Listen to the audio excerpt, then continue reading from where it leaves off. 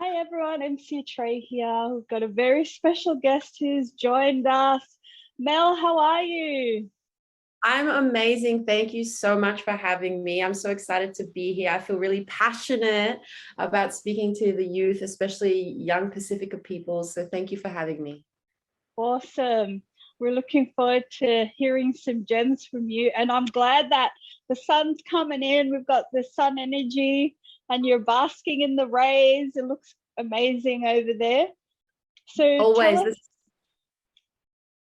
tell you us a go. bit about yourself and what you do. Okay, hi, my name is Melanie Ree. I'm a performance artist, which means I do all the creative fields that are performance. I'm an actress.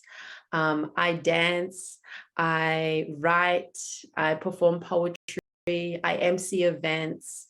I'm a messenger, basically, I would say, and I use those art forms to deliver my messages.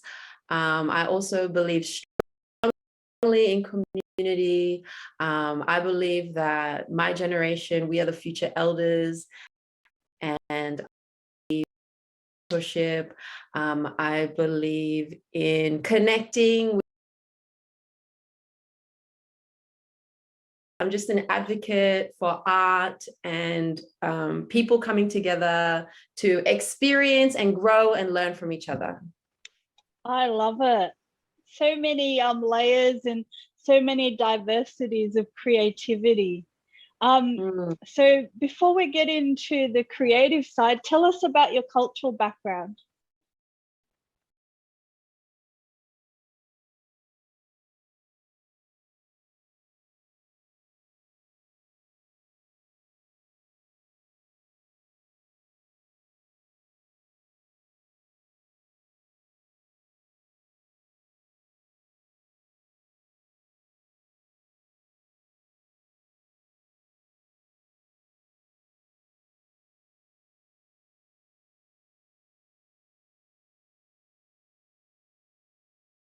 Speak it at all. I went straight to year one. And I remember that day so clearly because I couldn't understand everybody. I was around white people. I'd never been around white people before.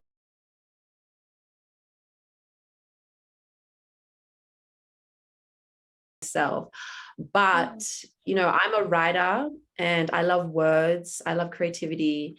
And I remember starting to learn reading and writing. And by the end of year one, I was the best reader and writer in the class. My mom is a true village gal. Her father was the chief of Upper Naipi village. So my mom was the princess. They have a high Guinea, and he was a warrior chief. So her clan was known for, being very strong, being violent if they needed to be. And it was really interesting, that dynamic, moving from Papua New Guinea, where my mom was the princess, her father was the chief, they had a lot of status, and then moving to Cairns, where we lived in the poorest suburb in Cairns. And my mom has black skin, and she's a strong Black woman, and was immediately at like the bottom of the pecking order in Australian society. So that shift informed a lot of who I am and what I express in my art, because it was really hard. I'm sure anyone who's moved here from the islands, or who are diaspora, which means their parents are from another country and they grew up here, can understand how painful and hard that is, experiencing the new world through the lens of your mother, whose status has suddenly been reduced to the bottom. So yeah, I'm so proud of my Pacifica heritage.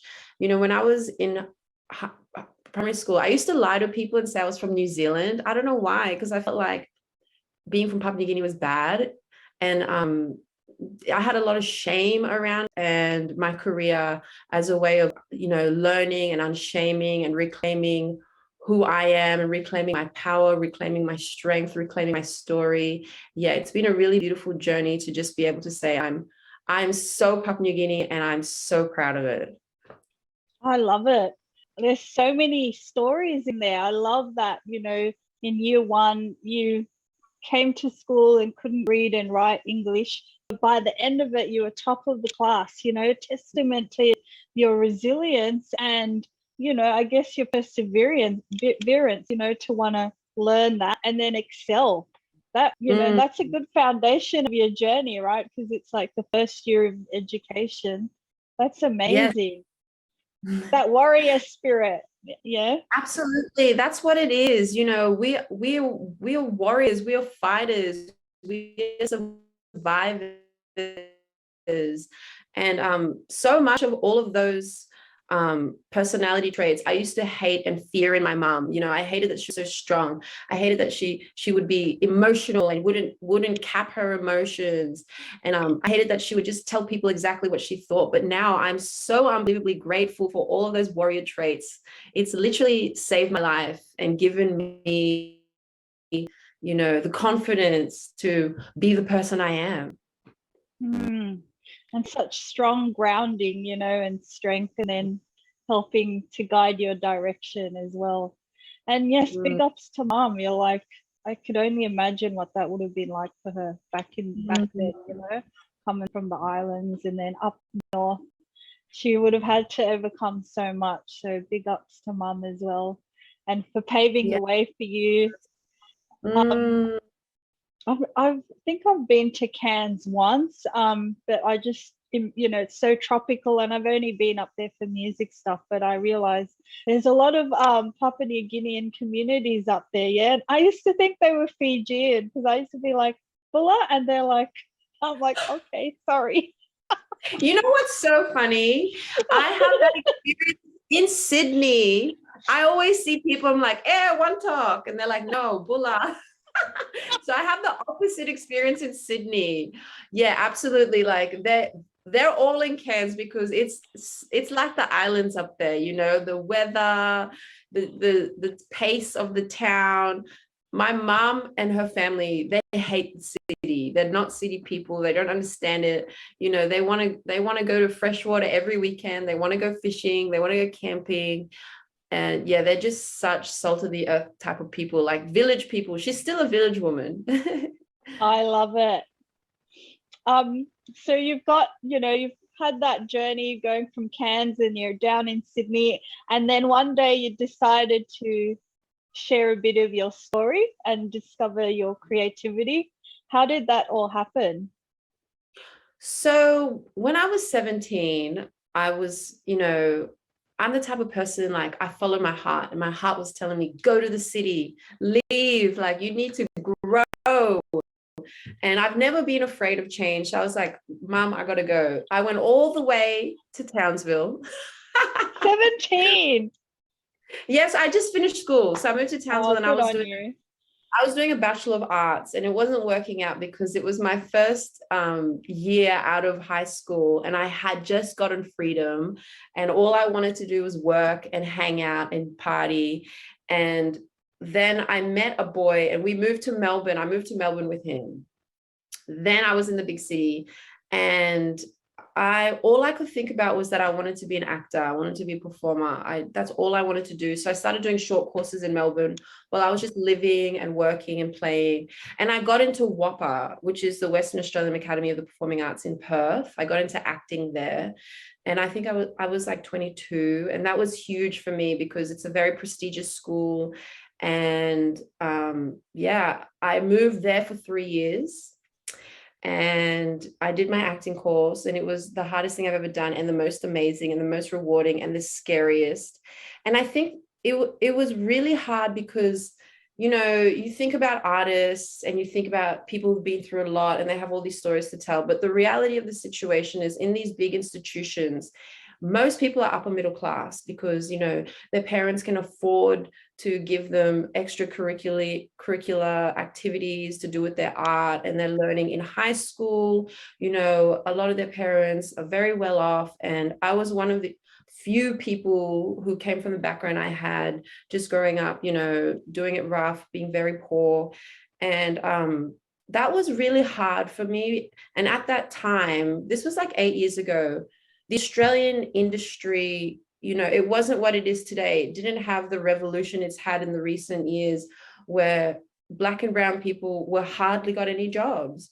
And when I graduated from WAPA, me and the other two brown people in my class who were Indigenous, we didn't get offers from any agents. And that was like heartbreaking, and just that absolutely destroyed me, because I knew I was really talented and I worked really hard like me, for people with hair like me, and it just shattered my confidence completely. And on top of that, all right, I'm going to get really deep with you, okay? Really bad eating disorder, and I was very bulimic. So what happens after you leave WAPA in Perth? They bring all the performers, all the actors and all the music theatre kids and all the music kids, and they drop you off in Sydney. And, good luck with your career, enjoy. And so for 2 years after WAPA, I did actually manage to get an agent, but I was so sick. I literally just spiraled out of control. Like,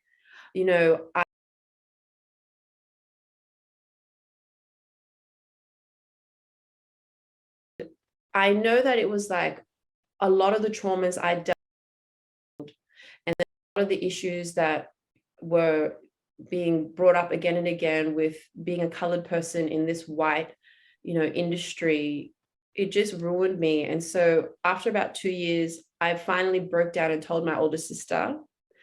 And because I never told anybody the whole time I was suffering. And I broke down and I told her, and she told me, come to Darwin, where she lives. She was really scared for me. I was really scared for me. My heart could stop, I could just go to sleep and not wake up. Like, I was just in a really bad place. So I moved to Darwin for 1.5 years, and all I did was cry and heal. I became obsessed with, my mental health, my physical health. I became obsessed with wanting to nourish my body, wanting to nourish my spirit, just like give myself the love and attention to just heal and just be able to live a normal life. And I worked so hard.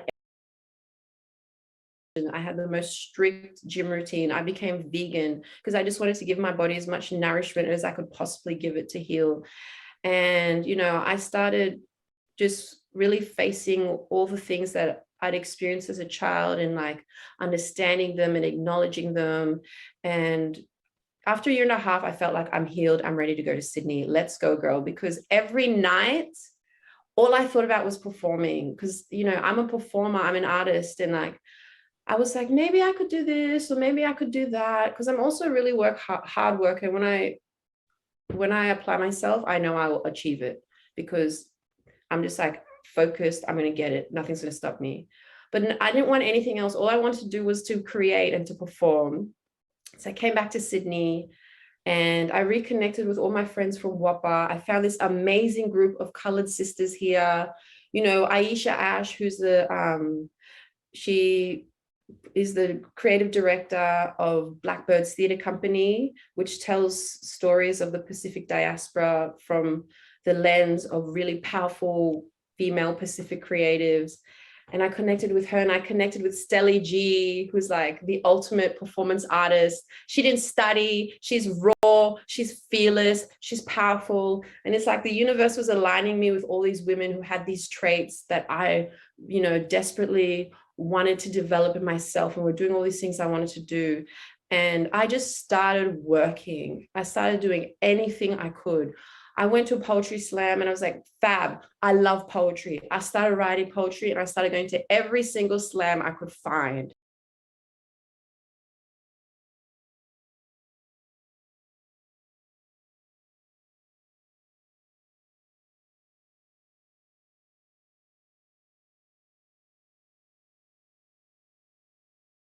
I'm ready to get an agent. I'm ready. Like, the industry's changed, especially after all those social justice rights movement with Black Lives Matter. They really see us. This is an exciting time for Black and brown creatives, because we have a place in the industry now, and we understand our power, and we accept that we fit in there now. I think before we were nervous, like, I don't know if this is the place for me, but now we're like, I'm going to be there and I'm going to be amazing and you're going to pay me.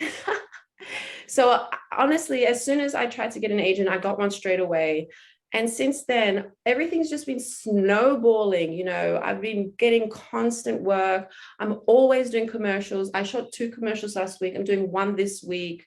I have my own show that's going to be at Griffin Theatre next year, just because I went to this random night that they were like, any performer can come. I went, they loved me. They offered me a show.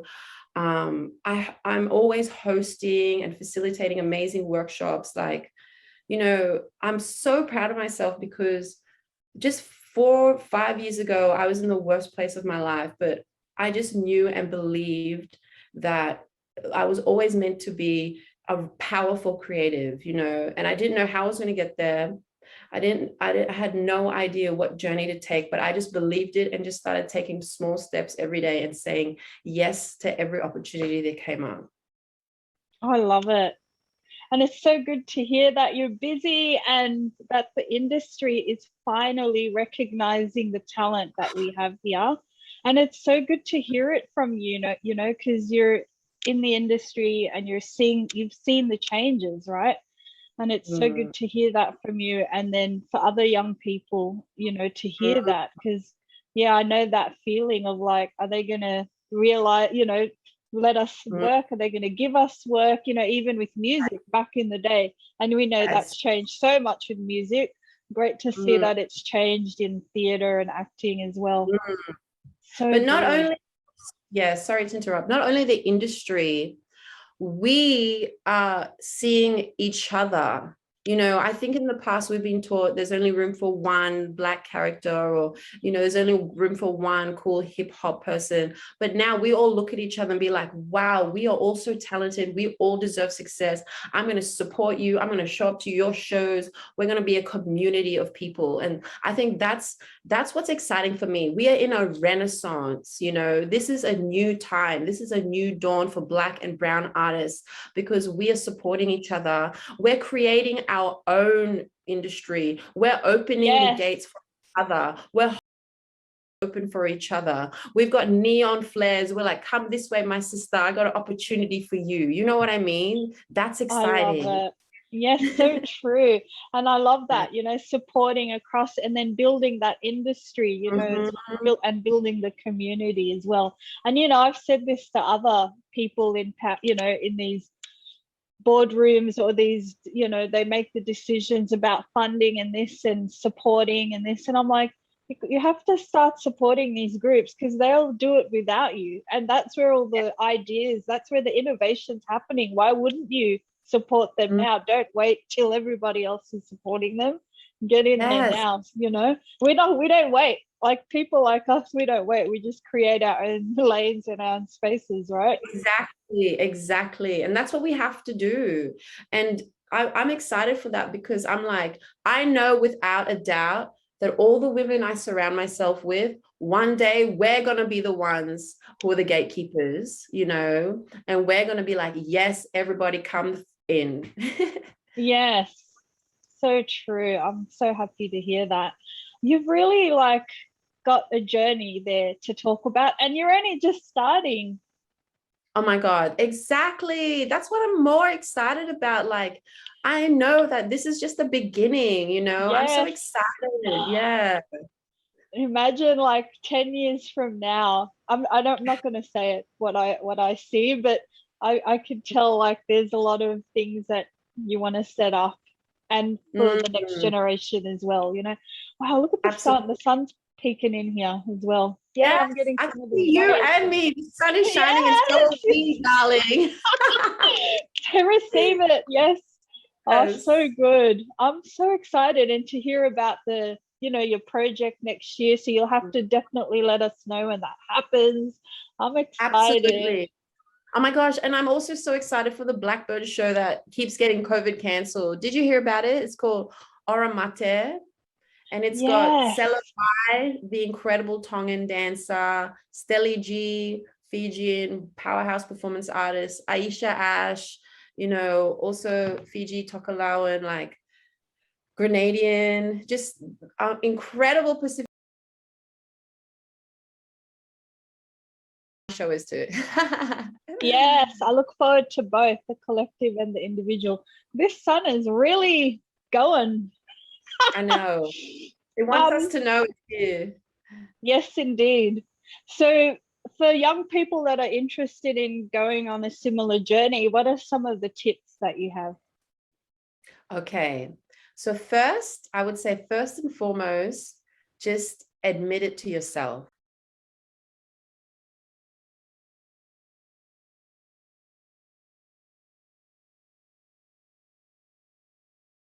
I don't know why, because just the world we live in and, you know, the things that people prioritize, it's always jobs that will pay the rent every week. First of all, just admit it to yourself. That's what you want. That's who you are. Admit it. Secondly, find other people who are passionate or interested in the same things that you want to do. You know, go to places where they're doing it, whether it's community places, anything, workshops. You need to network, okay? Because you don't have to be alone, and you shouldn't be. You know, that's what's amazing about the creative industry, is the connections and the collaborations you have with other incredible people who will usually become lifelong friends, or if not, just creatives you admire, or if not, somebody who's going to have an amazing opportunity for you one day. So definitely go and find other people who are also passionate about what you want to do. And you must be willing to do the work yourself. You know, you need to learn the skills, you need to learn the craft, whatever it is. You know, if you want to be a performer, if you want to be a performance artist, any type of performance, you know, do dance classes, do juggling, whatever. If you want to be, you know, a musician, do music. You know what you have to do. You have to work on the skills and the creative component. And the amazing thing about that is, once you start to work on it, once you start to get good at it, once you start to develop your skills, it's going to feel so good. It feels so good, you know, and you just keep getting better and better, or if not, just learning and growing. And find out and celebrate exactly who you are. Don't try to be like anybody else. Just, you know, you need to fertilize the ground around you, which means do all the right things, you know, learn, grow, experience, but you are in bloom. And you need to find out what kind of flower you are, what you know, what kind of voice you have, you know, what's the sound, the smell of your gifts. Like, nothing is more beautiful than a creative person who is just so authentically themselves and isn't afraid of it. I think that as colored artists, you know, there's so many parts of ourselves that we're ashamed of, or we're afraid of, or we've been taught to stifle or to make less. You know, everything that you are and everything that makes you feel good in all the ways you express yourself is right. And I hope that you can just learn to really just feel free and enjoy it. So beautiful. So believe in yourself, find your community or your tribe, yes, right? People that can support you, and then work on your craft, your skills. Yes. So they're like three of the main tips. Yeah. Definitely. I love it. Love it. And thank you also for sharing about the, you know, the health elements with your journey. And we'll put links up for other young people that might be going through similar things. And you know, so thank you for sharing that, because I'm sure there'll be other young people out there that may be going through something similar. And, you know, when we do share our stories of overcoming things like that, we know that it always helps others. So I appreciate you for sharing that with us. Oh, it's my pleasure. And I know how important it is, because, you know, when we don't talk about these things, there's shame around them, and we shouldn't feel shame for, you know, the ways we express our pain. I think what we should do is just learn to just say it out loud so we can start the healing, you know. So true. Thank you so much. But I think that's it for me. I think the sun's calling me to go outside. Yes, go enjoy it. As well. Yes. But this was so beautiful. Like, I feel like I'm going to be reading one of your books soon, because I keep just seeing words on paper when I'm talking to you, and I see a production company. But we'll recap along the journey. Yes, yes. Yes, but thank you so much, and for sharing your gems with us. And we look forward to coming to one of your shows in the near future when we get out of lockdown. It's my absolute pleasure, and thank you for this opportunity. Thank you.